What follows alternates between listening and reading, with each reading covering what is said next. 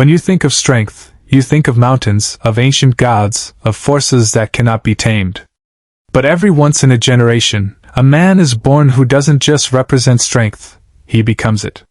Mariusz Pudzianowski. A name that echoes through the halls of combat sports not as a technician, not as a tactician, but as a force of nature.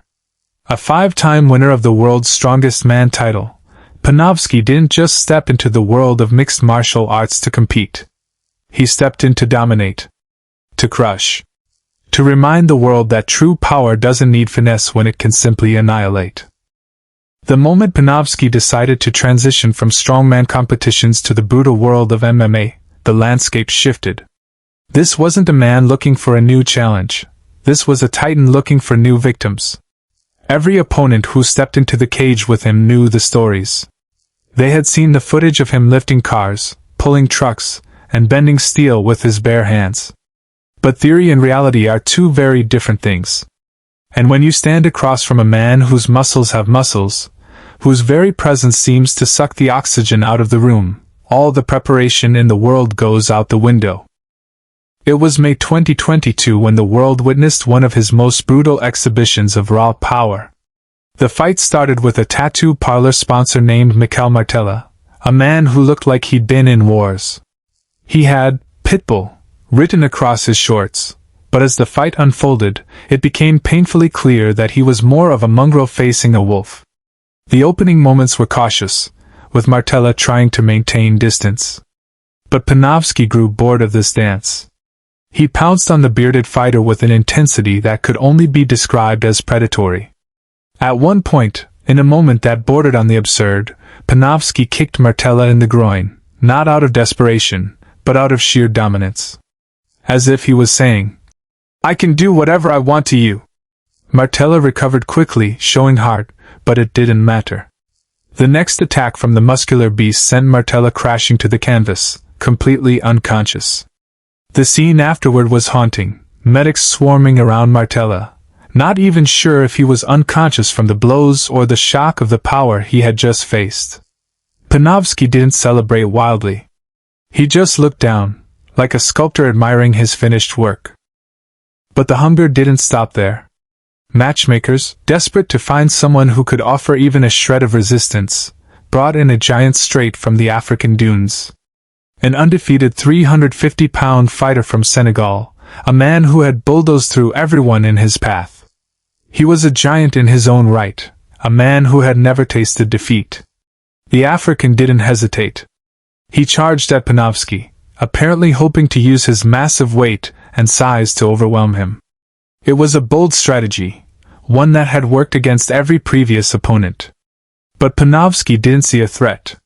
He saw a target. With his very first meaningful strike, he turned off the lights in the eyes of the pompous African. Another first-round finish. Another soul sent to the Shadow Realm. Then came the legends. The Gracie clan, arguably the most famous family in the history of martial arts. Raul's Gracie was sent to test Pudzianowski. The fight began with Gracie trying to use his superior technique to keep the monster at bay. Low kicks, movement, avoidance. All the hallmarks of a seasoned Brazilian jiu-jitsu practitioner. It was a smart approach. Anyone with half a brain would try to avoid the wrath of a man who could deadlift a pickup truck. But there is a dangerous assumption in that strategy, that you can avoid him forever. Pudzianowski, who never missed a leg day in his life, ate those low kicks like they were nothing. And when he decided it was time to end the dance, he delivered a hook that seemed to pull the very soul out of Gracie. The knockout was so brutal, so final, that the referee stepped in before Gracie even hit the ground. Pudzianowski stood over him, his back covered in sponsor logos, celebrating a victory that looked less like a fight and more like an execution. Late 2009 brought another Polish compatriot, Mariusz Pudzianowski. Before the fight even started, Pudzianowski sent a message. He ripped his own t-shirt off, revealing a physique that seemed carved from granite and hatred. From the very beginning, Pudzianowski took the center of the ring. He didn't move like a boxer, he moved like a freight train. He delivered low kicks that sounded like gunshots in the arena. Pudzianowski tried to stand his ground, but Pudzianowski didn't care about technique. He didn't care about angles or footwork. He bulldozed Nyman to the ground. And when Nyman was down, Panofsky rained down punches that made the audience wince. The referee, desperate to save Nyman from permanent damage, physically jumped on Panofsky's arm. But here's the terrifying part. Panofsky's arm was so massive that the referee couldn't even get a full grip on it. It took everything the official had to pull him off. That moment said more about Panofsky than any knockout ever could. The summer of 2021 saw Panofsky face another countryman, Lukasz Yurkovsky. Panofsky came out with a Beats by Dre logo on his chest, and the commentators joked that the headphones must have been genetically modified to produce a body like that. The first round started with Panofsky testing Yurkovsky's toughness with a low kick. But Yurkovsky responded with a punch to the face that actually landed. It was a wake-up call. A second low kick from Panofsky only drew a mocking smile from Yurkovsky, who began showboating, throwing high kicks and showing off his arsenal. He underestimated the Polish Hulk. He thought he was fighting a muscle-bound oaf. Big mistake. Panofsky caught one of those high kicks, dragged Yurkovsky to the floor, and began feeding him elbows like he was serving dinner. The second round was even worse for Yurkovsky.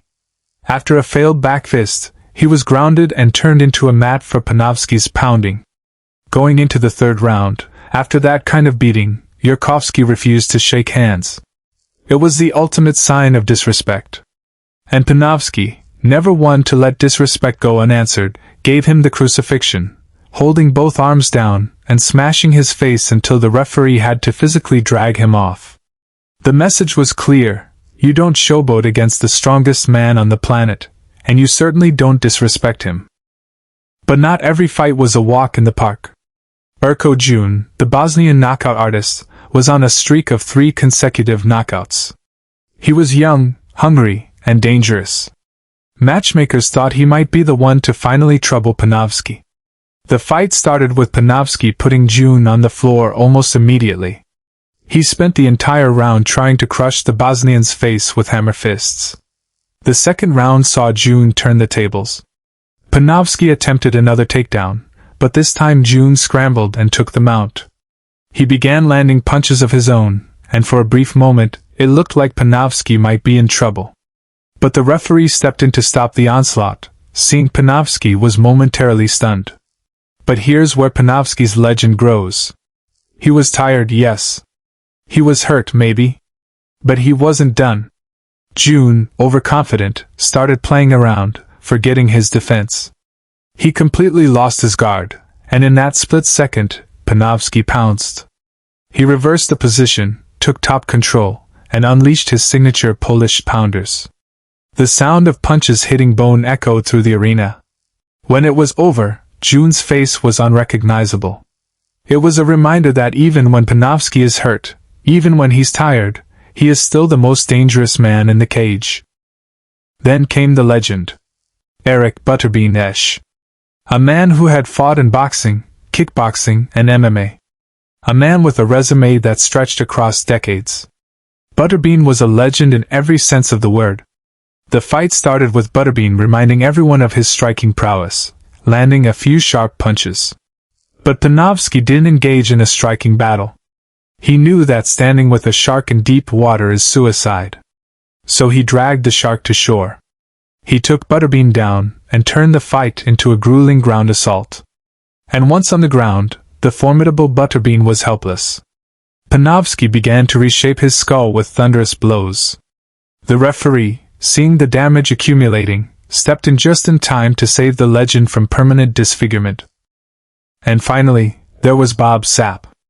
A massive behemoth, fueled by the finest steroids money could buy.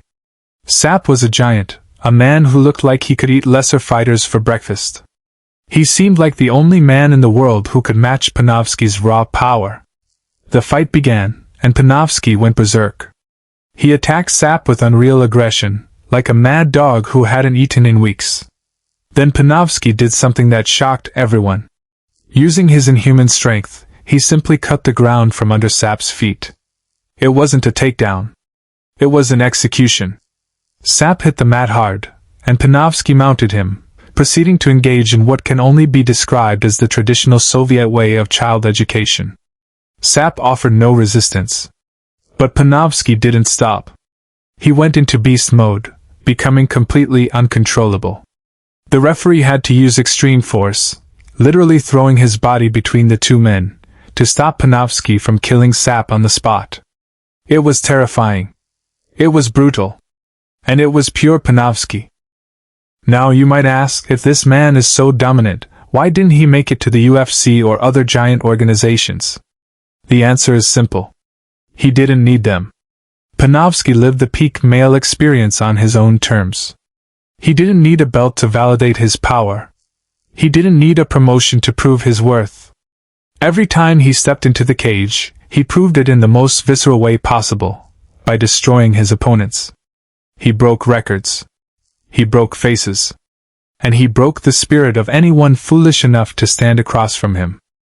The story of Mariusz Pudzianowski is not just a story of a fighter. It's a story of raw, untamed human potential. It's the story of what happens when a man realizes he doesn't need to be the smartest or the fastest. He just needs to be the strongest. He smashed the script of what an MMA fighter should be. He defied the analysts who said technique beats strength. He proved that when you are strong enough, you don't need technique. You just need will. And his will was made of iron and fury. So many fighters talk about being warriors. Pudzianowski didn't need to talk. He just walked into the cage and let his fists do the talking. He was a billboard for a different kind of athleticism, a different kind of dominance. And even though his career was relatively short in the grand scheme of combat sports, his legacy is cemented in the minds of everyone who ever watched him fight. He lived the peak male experience. He didn't just win, he terrorized. He annihilated. He left a trail of broken bodies and shattered confidence in his wake. And that is the legend of Mariusz Pudzianowski, also known as Dominant. A man who didn't just break records, but broke the very concept of what a fighter could be.